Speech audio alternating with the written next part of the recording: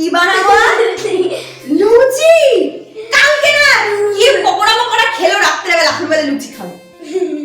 বাড়ি থাকলে স্কুল না থাকলে এইসবই চলে, বুঝেছো? লুচি, আলুর পরোটা এইসবই হয়। ঠিক আছে চলো লুচি বানানো যাক। তো দেখতেই তো পেলেই, বাড়ি থাকলে না এসব বায়নাই চলতে থাকে। বলবে মা আলুর পরোটা করো, নয়তো লুচি করো, তাহলে ডিম সিদ্ধ দিয়ে ভাত দিতে হবে। জানো তো আমরা নিজেরাও বাইরের খাবারটা একটু কম খাই, তার সাথে ছেলেকেও বাইরের খাবারটা একটু কমই দিতে চেষ্টা করি। তাই ও যখন যেটা আবদার করে আমি চেষ্টা করি সেই খাবারটা ঘরেই বানিয়ে দিতে। আমরা কিন্তু ময়দার খাবারটা একটু কম খাই, যদিও বা কোনো এমন জিনিস ধরো যেটা ময়দা ছাড়া হবে না, তাছাড়া আমরা আটা দিয়েই করার চেষ্টা করি। আমি ওদিকে ময়দার সাথে আটা দিয়ে কিছুটা মেখে রেখেছি, আর এদিকে কিন্তু আমি একটু আলুর তরকারি করে নেব।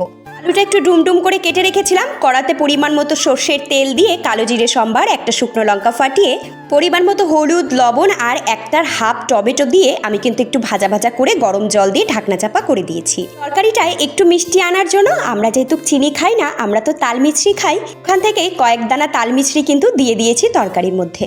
যেহেতু একা হাতে লুচিগুলো করছিলাম, তাড়াতাড়ি করার জন্য আমি কিন্তু প্রত্যেকটা লিচি কেটে আমি কিন্তু বেলে রেখেছিলাম, যাতে একটার পর একটা আমি তাড়াতাড়ি ভেজে নিতে পারি। তোমাদের দাদাভাই বাড়ি থাকলে দুজনে হাতে ফাতে করি, তাতে তেলটা খুব হিটও হয়ে যায় না, আর খুব তাড়াতাড়ি কিন্তু ভাজাও হয়ে যায়।